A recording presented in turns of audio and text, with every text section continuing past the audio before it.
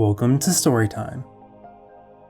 Hey internet, it's Phil. I think it's time for another Kingdom Hearts recap. For those of you who are new to the channel, I do a series where I go through the entire story of Kingdom Hearts chronologically, connecting every detail together hopefully in a way that makes sense. And while it's a lot shorter than playing the game, it's still pretty long because there's a lot of stuff to cover. So once in a while I do recap episodes to give you the bare bones of what happens, people who either don't have time for the full videos or people who just want to catch up before we continue. If you want to see the previous recap covering episodes 1 through 13 or the story of Birth by Sleep, you can click over here. And if by chance you want to see the full-length episodes covering every detail and with analysis and discussion episodes, you can click the playlist over here to see the whole series. This episode is going to cover episodes 14 through 21, covering the 10 years after Birth by Sleep and the story of Kingdom Hearts 1. So with all that out of the way, let's get on to the recap. So when last we left Master Xehanort, he had failed in his plan to form the Keyblade to open up Kingdom Hearts. He had, however, succeeded in taking over Terra's body. He lost all of his memories and now doesn't really know who he is. He's taken in by Ansem the Wise, the king of Radiant Garden. Ansem's trying to understand the heart. He's trying to study it to find out how it works and how it interacts with darkness. To this end, he does some morally questionable experiments on Xehanort, which seem to unlock some of his dark tendencies in Xehanort's memories. Ansem realizes he's probably going too far and decides to back off, but Xehanort doesn't think they're going far enough. He and Ansem's other apprentices start abducting people from the town and doing heinous experiments on them in the basement. The subjects don't survive the experiments. Their hearts collapse and in their place they find Heartless. So the Heartless start to propagate and leave Radiant Garden, going out to the various worlds. On each world they're looking for the world's heart. If they get to that, the world will fall to darkness and be destroyed. As a consequence of what's happening, the barriers surrounding each world that separates them from the other ones start to crumble. Mickey uses the pieces of his own barrier to build the first gummy ship and travels to Radiant Garden. While there, he befriends Ansem the Wise and tells him about the Keyblade and the Princesses of Heart and Kingdom Hearts, which is all stuff he's really not supposed to be telling anyone. Xehanort overhears this and thinks, hey, Keyblades and Kingdom Hearts sound like cool things to have. So although Mickey has somehow forgotten that Master Xehanort was a thing, he still thinks that this guy Xehanort isn't really one to be trusted, so he tells Ansem to watch out. Ansem finds out what's going on in his basement and tells Xehanort and the other apprentices to stop. But Xehanort's gone so much further than Ansem ever did that he's like, you know what, I don't really need you anymore. He banishes Ansem into the realm of darkness. And because he's still having these identity issues and isn't sure who he is, he's like, you know what, I'm gonna be Ansem now. So he takes Ansem's name, rules Radiant Garden, and starts doing even more experiments. So Xehanort, now Ansem, has this theory that the Princesses of Heart are going to be naturally drawn to Keyblades. So he takes Kairi, who he's pretty sure might be a Princess of Heart, and casts her off hoping that she's going to end up on a world with a Keybearer. She ends up on the Destiny Islands and meets Sora and Riku. So Ansem and the apprentices have become obsessed with darkness, and Ansem thinks, you know what's even better than using the darkness?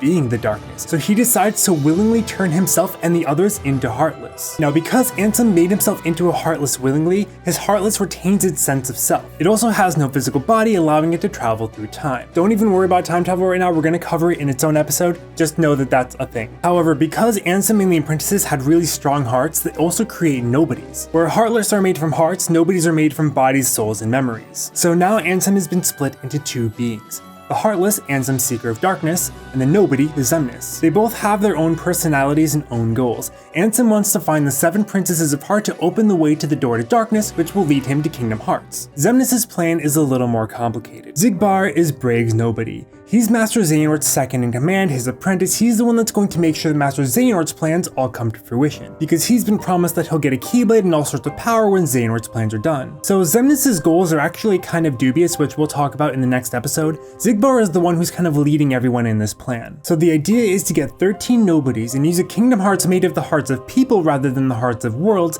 to fill them all with Xehanort's essence. Why do they need 13 Xehanorts? Well, in case Ansem's plan fails and he doesn't get Kingdom Hearts, this is part of another plan to recreate the Keyblade. Remember, Xehanort's always thinking a dozen moves ahead. He's planning for the future just in case all this other stuff doesn't work out. So they start gathering nobodies, starting with the apprentices, and they tell them that they have no hearts and that the only way to become whole again is with the Kingdom Hearts. This is an easy lie to tell so that everyone doesn't think that they're going to be possessed by Xehanort, which is kind of a hard sell. So in terms of Ansem's plan, he doesn't have a body of course, but Maleficent has been told by Xehanort about the Princesses of Heart, so she's going to try to gather them on her own. She recruits a cabal of classic Disney villains and they go from world to world trying to gather the princesses. They believe that by doing this they can open Kingdom Hearts, which will give them the ultimate powers of darkness that they so crave. So now that Ansem's gone from Radiant Garden, Maleficent takes it over and transforms it into Hollow Bastion. It's where the most Heartless are, so it gives her a central point of control. So a few years pass and Heartless destroy world after world. Mickey notices this and decides he has to do something about it. So Mickey learns about something called the Door to Darkness. It's the door that connects the realm of light to the realm of darkness, and behind it lies Kingdom Hearts, banished there after the Keyblade War. Unfortunately, the only way to lock it is to use a Keyblade from the realm of darkness and a Keyblade from the realm of light at the same time. So Mickey decides to go to the realm of darkness to get a Keyblade from there. Meanwhile, he tells Donald and Goofy to go find a Keyblade bearer in the realm of light. Back on the Destiny Islands, Sora, Kairi, and Riku have built a raft because they want to see if they can sail to other worlds. Unfortunately, they did it like 2 days too late because the Heartless have just invaded and their world is falling to darkness. When Kairi falls to the darkness, her heart takes refuge in Sora's the same way that Ventus's did, though again Sora doesn't know what's happening. Riku, however, gives into the darkness willingly. For the first time, his Keyblade manifests, but because Sora has made this promise to save Riku from the darkness, the Keyblade senses the power of his heart and transfers to him instead. So Sora and Riku both fall into darkness as the world falls. Sora wakes up in a place called Traverse Town. It's a special world that exists to house the refugees from other worlds that have fallen. While there, he meets Leon and his friends, who tell him about the Keyblade and the Heartless, as well as Donald and Goofy, who have finally found their key bearer. Riku, however, ends up in Hollow Bastion, where he's found by Maleficent. Sora, Donald, and Goofy become fast friends and set out on their journey. They go from world to world looking for Kairi, Riku, and the King. They also seal the keyhole of each world so that world's heart will be protected from the Heartless. Meanwhile, Maleficent is beginning to manipulate Riku. She's told him that Kairi has lost her heart and the only way to get it back is for him to get more power, and the only way for him to get more power is to give in to the darkness. She also tells him that, you know that kid Sora that you used to be friends with? He has new friends now, he doesn't care about you and Kairi anymore. And so Riku begins to develop this jealousy and resentment against Sora. Although Sora defeats all the Disney villains, the Princesses of Heart have all been gathered in Hollow Bastion, with the exception of Kairi's heart, which is still in Sora. When he gets to Hollow Bastion, Riku confronts him, taking back the Keyblade. Donald and Goofy go with him at first because they're supposed to follow the Keyblade, but eventually they decide that they can't abandon Sora. The power of friendship makes the Keyblade decide to go back to Sora. He and Riku fight, and Riku loses. Ansem, who's been basically just sitting back and watching this all happen, decides that now's the time to make his move. He tells Riku that the only way to defeat Sora is to give into the darkness completely.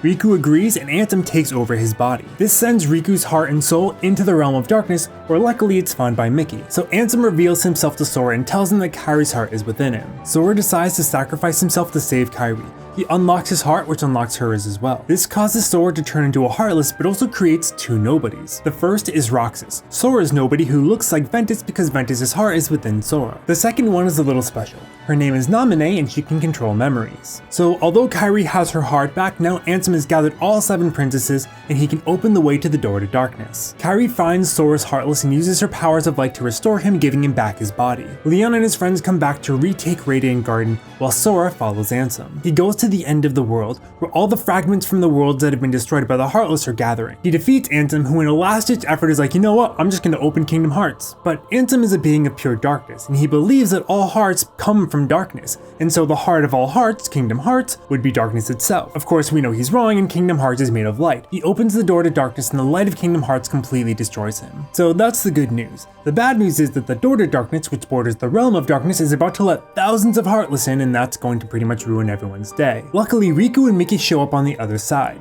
Unfortunately, because they're beings of light, they can't pass through the Door to Darkness, but they can lock it from their side, so Sora, Donald, and Goofy can lock it from the light side. Using their 2 Keyblades, Sora and Mickey lock the door for good, and Sora promises to find the door to light, which is going to let Riku and Mickey come back. With the door closed, the worlds are all restored, but Sora decides to stay behind so that he can continue going between the worlds to look for his friends. Meanwhile, Roxas is found by Xemnas, who inducts him into Organization 13. And that is where our story is going to pick up next. So in the next episode, we're going to take a minute to go over Organization 13 to talk about how it's organized, what their goals are, what their true goals are, and who's loyal and who isn't. And with that, our recap up to the end of Kingdom Hearts 1 is complete. Thank you so much for watching. Hopefully you enjoyed the video and found it informative. If you have any questions or comments, please leave them in the comment section below. You can hit the subscribe button if you want to see more videos, and I will see you soon.